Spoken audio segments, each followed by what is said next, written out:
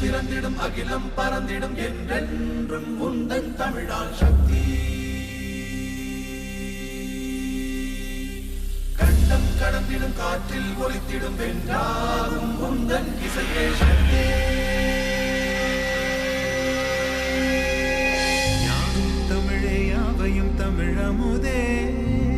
இசையரசே